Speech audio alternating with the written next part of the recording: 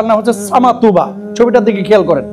সে বলছিল, আম্মা আমি মরবো কবে? কেন তুমি মরবা কেন? বলছে, আম্মা আমি মরে যেতে চাই। কেন? গাজার বাচ্চা এই সামাতুবা, এই মেয়েটি খাবার দাবার পাচ্ছে না, রুটি পাচ্ছে না, এই জন্য বলতেছে আমি জান্নাতে গিয়ে আল্লাহর কাছে রুটি খাবো। আল্লাহু আকবার বলি একবার। উপস্থিতি ভাই এবং বোনেরা, আজকে আমরা এই মহতি একটি উদ্যোগে বরকতময় সময় একত্রিত হয়েছি। আল্লাহ তাআলা আমাদেরকে নিয়ে এসেছেন কালিমাতুশ শুকর আদায় করে একবার আমরা জোরে সোরে বলি আলহামদুলিল্লাহ। এ ধরনের কাজে আল্লাহর পক্ষ থেকে বিশেষভাবে নির্বাচিত না হলে আসলে আমরা কেউ আসতে পারতাম না। আল্লাহ তাআলা আমাদেরকে নিয়ে এসেছেন, আমরা শুকরিয়া আদায় করছি। আজকে যেহেতু সংক্ষিপ্ত আকারে কথা বলতে বলা হয়েছে, আমি কোরআন হাদিসের রেফারেন্স সহকারে অনেক বেশি আলোচনা করলে দীর্ঘ হয়ে যাবে আলোচনাটা। 3টা পয়েন্ট নিয়ে কথা বলবো। 1 নম্বর, গাজায় যে আজকে বিপর্যস্ত জনজীবন কারা আঘাত করছে আমরা সকলেই জানি, নতুন করে তাদেরকে পরিচয় করিয়ে দেওয়ার কিছু নেই। 2 নম্বর, আঘাতপ্রাপ্ত করা হচ্ছে। 3 নম্বর, আমাদের করণীয় কি? আমরা প্রথমে ওদেরকে দোষ দিব না। আমাদের জাতি ভাই যারা আছেন মধ্যপ্রাচ্যে, তারা যদি আজকে একত্রিত হতো তাহলে আমাদের এই ভাইরা হয়তো বা নির্যাতিত হতো না। এক রাত্রে 1000 মানুষ দুনিয়া থেকে বিদায় নেওয়া এখন আমাদের দায়িত্ব কি? আজকে আপনারা এসেছেন, আমি আনাস আয়েশের আমাদের এক বোনের ছবি দেখাইতে যাচ্ছি। তার নাম হচ্ছে সামাতুবা। ছবিটার দিকে খেয়াল করেন। এর নাম হচ্ছে সামাতুবা। সে যখন এই ছবিটা তার মায়ের সামনে দেখছিল, ভাঙা আয়নায় দেখেন সে তার মুখ দেখছে, চুলগুলো উঠে গেছে। সে বলছিল, আম্মা আমি মরবো কবে? কেন তুমি মরবা কেন? বলছে, আম্মা আমি মরে যেতে চাই। কেন? সে এই নার্ভাস শকের কারণে ডাক্তাররা বলছে তার চুলগুলো সব উঠে যাচ্ছে। গাজার বাচ্চা এই সামাতুবা, এই মেয়েটি দুনিয়াতে বেঁচে থাকতে চাচ্ছে না। কেন? মরে যেতে যাচ্ছে বোমার শব্দে।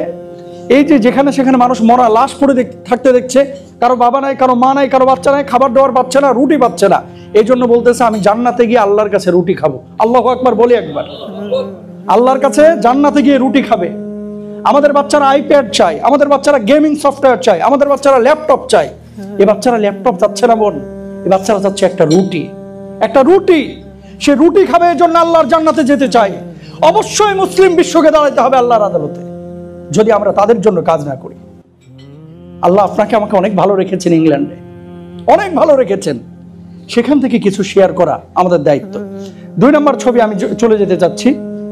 এই যে দেখেন, এই ছেলেটার নাম হচ্ছে আনাস আইশ।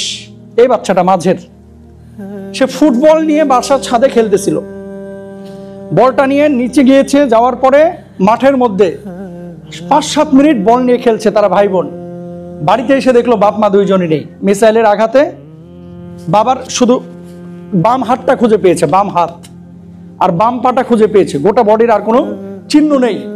এরপর থেকে সে আতঙ্কিত, রাতের বেলায় ঘুমাতে পারে না। এই আনাস আয়েশের মতো হাজার হাজার বাচ্চারা আজকে গাজার মধ্যে না খেয়ে পড়ে আছে, যারা রাতে আতঙ্কিত অবস্থায় রাত যাপন করছে, দিন যাপন করছে। 3 নম্বর আর একটা ছবি সবশেষ দেখাতে চাচ্ছি। এই মেয়েটার নাম হচ্ছে জৌদা।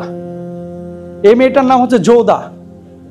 কেন এই বাচ্চাগুলোর কথা বলছি? আজকে আমরা গাজার জন্য বিশেষভাবে আপনাদের সাথে কথা শেয়ার করছি, আপিল করছি। এই বাচ্চাটা যখন রাত্রিবেলায় ঘুমিয়েছিল, তার বাবার বুকে জড়িয়ে ঘুমিয়েছিল। আপনারা জানেন প্রত্যেকটি বাচ্চারই গায়ের একটা গন্ধ আছে, এবং বাবার কাছে বাচ্চার গায়ের গন্ধ পৃথিবীর সেরা সুগন্ধি। মায়ের কাছে বাচ্চার গায়ের গন্ধটা পৃথিবীর সেরা সুগন্ধি। তার গায়ের গন্ধ নিতে নিতে তার বাপ ঘুমিয়েছিল, তার মা ঘুমিয়েছিল। রাতের বেলায় বোমার আঘাতে তার বাপ ছিন্ন ভিন্ন হয়ে গেছে, মা শেষ হয়ে গেছে। ছাদটা তার বুকের উপরে পড়েছিল, মাটির মধ্যে গেড়ে গিয়েছিল।